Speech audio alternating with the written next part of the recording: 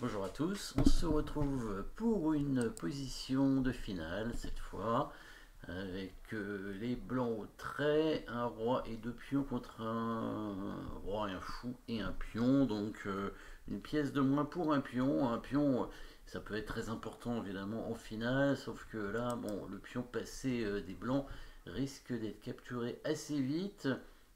Par contre, il reste qu'un seul pion au noir. Donc le but des blancs, évidemment, ça va être d'essayer de le capturer, ce pion, de l'échanger peut-être, et de faire nul, hein, parce qu'avec un fou de moins, a priori, ben, on va pas chercher à gagner. Bon, si, il y a des cas où on peut chercher à gagner, hein, mais encore une fois, ce pion passé des blancs ben, n'ira pas loin. Donc ici, si on recherche des coups forcés, ben, il n'y en a qu'un en fait, hein, dans la position, puisque bah, évidemment il n'y a pas d'échec, on peut pas attaquer la dame puisqu'il n'y en a pas. Par contre, il existe quand même un coup forcé, c'est la menace de fer dame. Hein, la menace de fer dame, bah, c'est comme l'attaque de la dame un petit peu. Hein. Il n'y a pas de menace de mat évidemment non plus. Hein. Bah, le seul coup forcé possible, c'est le pion justement qui avance. Hein. Le seul coup qui force finalement les noirs à jouer, à prendre le pion, probablement, hein, ou à bloquer le pion avec le fou, hein, c'est une option. Hein, le fou qui pourrait venir protéger la case de promotion, mais dans ce cas-là, le roi blanc irait très probablement protéger cette case hein, et menacer l'avancée. Du coup, le fou va être perdu. Est-ce que le roi noir a le temps d'aller prendre le dernier pion ici en H3? Donc ça se calcule. Hein. Par exemple, pion E7, fou D7, roi F8, roi G5, E8 dame, fou prend E8, roi prend E8, roi H4, roi F7, attaque le pion G6, et sur G5, on va attaquer le pion qu'on va faire nul. Comme ça, assez facilement, hein, on peut voir cette variante, fou D7, roi F8, roi G5, U dame. Hein. C'est pas obligé d'ailleurs, hein, le roi blanc pourrait éventuellement venir attaquer le pion, mais bon, c'est le mieux. Fou prend, roi prend plus direct, hein, étant donné que ça fait nul tout de suite, étant donné qu'on attaque le pion, et si le pion avance, allez, on va l'attaquer à nouveau. Et évidemment, il va y avoir nul tout de suite. Donc sur le coup E7, évidemment, les noirs vont être obligés de prendre le pion, bien entendu. Qu'est-ce qu'on fait maintenant? Eh oui, alors, un nouveau coup forcé, on ne peut plus faire dame, hein, mais un nouveau coup forcé, c'est d'attaquer évidemment le pion qui reste, hein, puisque c'est lui qui doit faire gagner les noirs normalement. Donc si on arrive à le prendre avec le roi blanc, eh ben, on va faire nul assez facilement. Deux possibilités pour attaquer le pion, roi G7 ou roi H7. Logiquement, on va choisir le coup qui va empêcher le roi noir de venir le défendre. Donc ce sera plutôt le coup roi G7. Là, le roi noir ne peut pas défendre le pion, donc il va être obligé d'être protégé par le fou. Alors évidemment, si le pion avance, on va continuer à l'attaquer, hein, ouais, il me semble que bah là, il est perdu, hein, ou alors de toute façon, il est échangé, toujours en empêchant évidemment le roi d'avancer, hein, le roi noir d'avancer. Du coup, le pion noir ici ne peut pas être protégé, et s'il avance, évidemment, on prend le pion et ça fait nul tout de suite. Donc sur roi G7, évidemment, bah, les noirs vont faire fou F5 et vont protéger leur pion. Maintenant, qu'est-ce qu'on va faire avec les blancs? Donc on a arrivé à faire ça. C'est pas mal, mais c'est pas suffisant encore. A priori, il va falloir éliminer le pion. Donc, ouais, il reste la façon de l'éliminer. Bah, là, maintenant, il n'y a plus que le levier, hein, l'échange du pion. Il n'y a plus que ça à faire pour essayer d'échanger le pion G6. Donc, il va falloir être précis, hein, très certainement.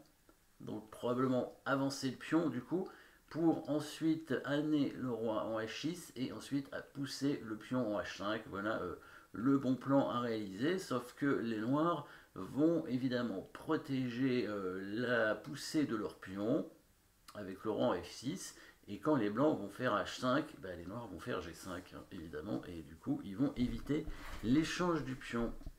Mais, et peut-être avez-vous remarqué un petit détail dans cette variante, avec le coup G5, le fou va ouvrir la diagonale et le roi blanc n'aura plus de cases. Hein, et c'est souvent ce qui se passe en finale. Hein, alors c'est pas toujours le cas, hein, mais une des façons de faire nul en finale, après avoir... bon, il y a plusieurs façons de faire nul. Alors, une façon de faire nul, c'est évidemment d'échanger le matériel et de jouer une position morte, hein, où on peut plus mater.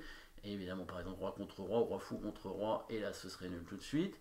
Mais une autre possibilité, ce serait... Alors, il y a la répétition de position, évidemment, répétition de coups, avec des coups qui se répètent 3 fois. Ça, c'est possible aussi. Hein. Les joueurs n'ont pas la possibilité de faire autrement. Et la troisième possibilité, bah, c'est le pat, hein, qui arrive assez régulièrement quand même. Hein. Alors ici, attention, hein, à ne pas se tromper d'ordre de coup. Hein. Il ne faut pas mettre le roi tout de suite à côté du pion, sinon le roi noir va arriver. Et quand le pion va avancer, le fou a le temps de venir contrôler la case du pion. D'ailleurs, le fou pourrait même aller ailleurs, hein, s'il veut.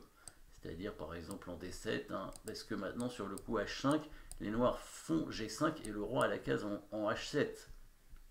Évidemment, maintenant c'est gagnant pour les noirs, hein, le pion avance sa dame, le fou pourra arrêter le pion facilement. Donc bien faire attention à jouer d'abord le pion en H4. Là, les noirs n'ont pas de bons coups, hein, par jouer leur roi ou leur fou, de toute façon, il n'y a pas le choix. Hein. Ils ne peuvent pas avancer leur pion. Donc par exemple, le roi bouge ici. Voilà, et maintenant, on va amener le roi en H6 pour menacer d'avancer le pion. Hein. Le pion noir n'étant protégé que par le fou ne peut pas bouger, sinon il est perdu. Donc le roi noir va venir protéger le pion. On protège en F6, hein, parce que si on le met en F7, bah, le pion blanc avance, et là, les noirs ne peuvent pas éviter l'échange, évidemment.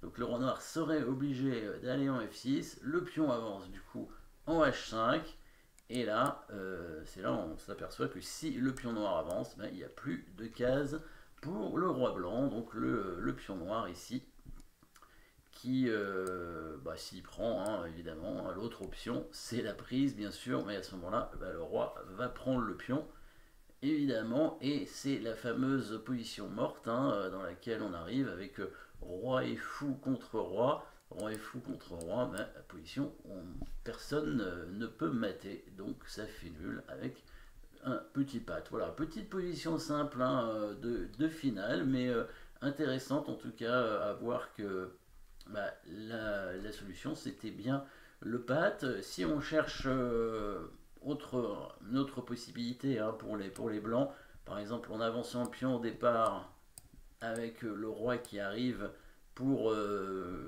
tenter, hein, de faire levier comme tout à l'heure, évidemment, le fou a le temps de venir se mettre en G4 pour bloquer la poussée du pion, et après se mettre en H5, évidemment, pour protéger le pion, et le plan des noirs sera simple, hein. Il suffira de venir attaquer le pion, de le prendre et d'aller à dame. Voilà, merci d'avoir suivi cette petite position de finale, et à très bientôt.